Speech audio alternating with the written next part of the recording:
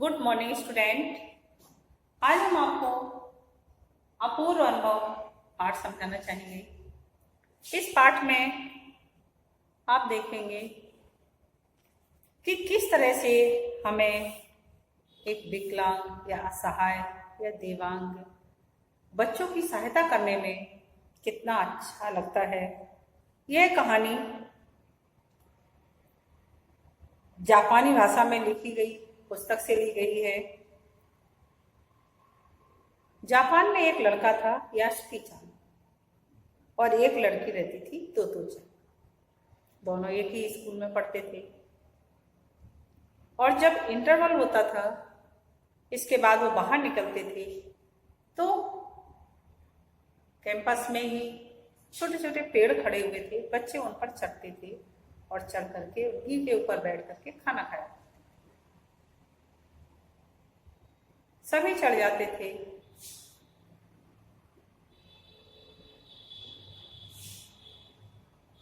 लेकिन यासुकी वो तोतो चान नहीं चढ़ पाता।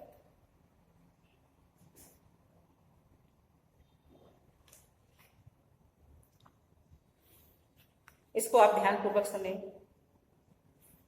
सभागार में शिविर लगने के 2 दिन बाद तोतो चान के लिए एक बड़ा साहस करने का दिन आया। इस दिन उसे यासुकी चान से मिलना था। इस भेद का पता न तो तोतो चान के माता पिता को था और न ही यासुकी चान के। उसने यासुकी चान को अपने पेड़ पर चढ़ने का न्योता दिया था। तो मोयो में हर एक बच्चा बाग के एक एक पेड़ को अपने खुद का चढ़ने का पेड़ मानता था। सभी बच्चे इंटरवल होते ही बाहर निकल जाते और सभी उन पेड़ के ऊपर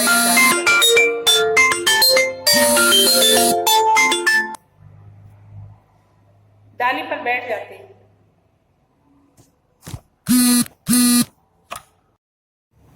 और फिर उस डाली पर बैठकर वो खाना खाया करते थे।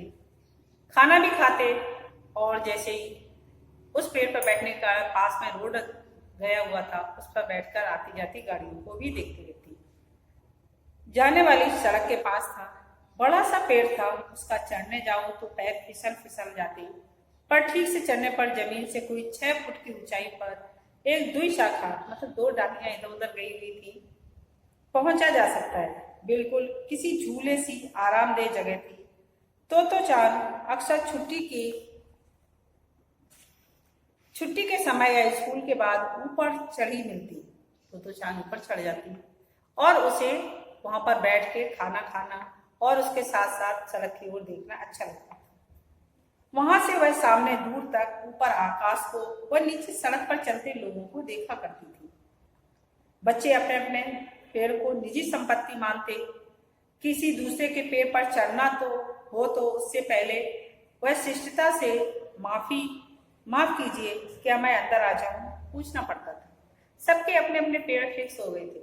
सब उसी पेड़ पर चढ़ते। यदि किसी को दूसरे के पेड़ पर चढ़ना होता था तो वो उससे परमिशन लेता था और इसके बाद वह चढ़ता था। यासुकी चान को पोलियो था, इसलिए वह न किसी पेड़ पर चढ़ पाता और न किसी पेड़ को अपनी निजी संपत्ति समझता था। निजी संपत्ति समझने का मतलब सारे बच्चे वो जिस पेड़ पर बैठते थे उसको खुद का अपना ही मानते थे, पर यासुकी चान ऐसा नहीं कर सकता था क्योंकि वो चढ़ नहीं पाता था, इसलिए वो किसी को अपनी निजी संपत्ति नहीं मानता। अतः तोतो चान ने उसे पेड़ पर आमंत्रित किया था, पर यह बात उन्होंने किसी से नहीं कही क्योंकि अगर बड़े सुनते तो जरूर डांटते। तोतो चान ने उस यासुकी चान से कहा कि तुम भी पेड़ पर आ जाओ, पर क्योंकि उसका एक पांव खराब था यासुकी चान का, इसलिए वो पेड़ पर नहीं आ सकता था। लेकिन उसको ऐसा अनुभव हुआ कि हम सभी बच्चे पेड़ के ऊपर चढ़ते हैं, इधर उधर देखते कितना अच्छा लगता है, पर यासुकी चान ऐसा नहीं कर पाता है क्योंकि वो पेड़ के ऊपर नहीं चढ़ पाता है। पर उसका मन तो करता होगा कि वह भी पेड़ पर चढ़े और बच्चों की तरह वह भी इधर उधर देखे, लेकिन यह सब उसके बस में नहीं था। इसलिए वो चुपचाप अपना मन मार करके वहीं नीचे बैठा रहता था। पर तोतो चान ने यह निश्चय किया कि उसको भी इस सुख का एहसास करवाएंगे। घर से निकलते समय तोतो चान ने माँ से कहा कि वह यासुकी चान के घर डेनोन चूक जा रही है। चूक झूठ बोल रही थी, इसलिए उसने माँ की आंखों में नहीं झांका। वह अपनी नजरें जूतों के फीतों पर ही गड़ाई रही। अर्थात कभी आपने सोचा कि जब कभी आप झूठ बोलते हो तो आप किसी से भी नजर मिला के बात नहीं कर पाते। यदि आप सच बोलते होगे तो आप सामने उस बात को कहते रहेंगे, लेकिन यदि आप झूठ बोल रहे होगे तो आपका चेहरा, आपकी नजरें जरूर इस बात का एहसास करा देगी कि आप झूठ बोल रहे हैं। इस तरह से यास्की तो चांद झूठ बोल करके अपनी माँ से आई। रॉकी उसके पीछे पीछे स्टेशन तक आया। जाने से पहले उस सच बताए बिना तो चांद से रहा नहीं गया। मैं यास्की चांद को अपने पेड़ पर चढ़ने देने वाली हूँ, उसने बताया। जब तो चांद स्कूल पहुंची तो रेल पास उसके गले के आसपास हवा में उड़ रहा था। यास्की चांद उसे मैदान में क्यारियों के पास मिला। गर्मी की छुट्टियों के कारण सब सूना पड़ा हुआ था। गर्मी की छुट्टियां हो गई थी, सब बच्चे चले गए थे। लेकिन तो चांद ने कहा था यास्की चांद से कि तुम आना और मैं तुम्हें पेड़ पर चढ़ाऊंगी। यास्की चांद उसे मैदान में क्यारियों के पास मिला। गर्मी की छुट्टियों के कारण सब सूना पड़ा था। यास्की चांद उससे कुल जमा 1 ही वर्ष बड़ा था। अर्थात यास्की चांद 1 वर्ष उससे बड़ा था, पर तो चांद को यह अपने से बहुत बड़ा लगता था। जैसे ही यास्की चांद ने तो चांद को देखा, वह पैर घसीटता हुआ उसकी ओर बढ़ा। उसके हाथ अपनी चाल को स्थिर रखने के लिए दोनों ओर फैले हुए थे। तो चांद उत्तेजित थी। वे दोनों आज कुछ ऐसा करने वाले थे जिसका भेद किसी को भी पता न था। वह उल्लास से ठिठियाकर हंसने लगी। यास्की चांद भी हंसने लगा, क्योंकि दोनों ने ये सोचा था कि वो कैसे भी ये पेड़ पर चढ़ेंगे।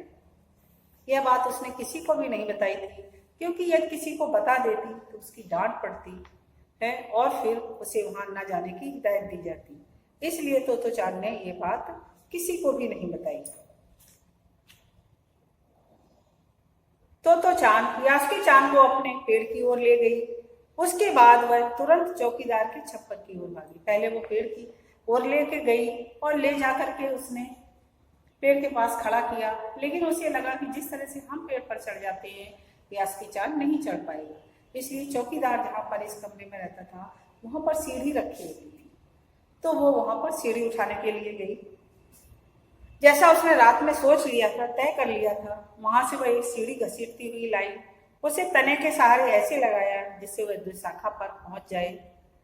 वह कुर्सी से ऊपर चढ़ी और सीढ़ी के किनारे को पकड़ लिया। किनारे को पकड़ करके पेड़ पे चढ़ के और सीढ़ी को पकड़ के खड़ी हो गई, क्योंकि उसे पता था तो चांद चढ़ेगा और चढ़ने के बाद हो सकता उसका पाँव इधर उधर हिल भी जाए तो वो सीढ़ी गिर न जाए। इसलिए उसने उसको ऊपर जाकर के पकड़ लिया। तब उसने पुकारा, ठीक है, अब ऊपर चढ़ने की कोशिश करो। यास्की चांद के हाथ पैर इतने कमजोर थे कि वह पहली सीढ़ी पर भी बिना सहारे के नहीं चढ़ पाया। इस पर तो चांद नीचे उतर आई और यास्की चांद को पीछे से धकेलने लगी। पर तो चांद थी छोटी और नाजुक सी, इससे अधिक सहायता क्या करती। यास्की चांद ने अपना पैर सीढ़ी पर से हटा लिया और हताशा से सिर झुका करके खड़ा हो गया, जैसे उसे लगने लगा कि वह नहीं चढ़ पाएगा। तो चांद को पहली बार ऐसा लगा कि काम उतना आसान नहीं है जितना वह सोचे बैठी थी। पर क्या करे वह। यास्की चांद उसको पेड़ पर चढ़े यह उसकी हार्दिक इच्छा थी। वह सोचती थी कि यास्की चांद को भी पेड़ पर चढ़ा कर तो उसको भी उस सुख का एहसास करवाए कि जो हम सब करते हैं। इसलिए उसने सोचा कि अब क्या किया जाए। यास्की चांद के मन में भी उत्साह था। वह उसके सामने गई।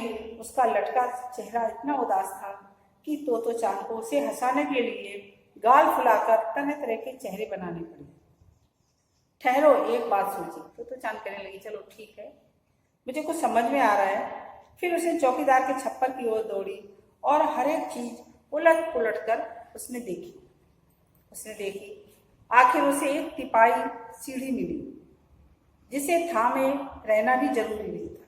तिपाई सीढ़ी लाई। एक सीढ़ी इस तरह की होती है जो दीवार से टिका दी जाती है, और एक तरह की सीढ़ी ऐसी होती है कि उसको 2 पाँव इस तरह की होती है, दोनों पाँव अपने आप है ना खड़ी हो जाती है। उसको पकड़ने की आवश्यकता नहीं होती है, ना तो उसको टिकाने की आवश्यकता होती है।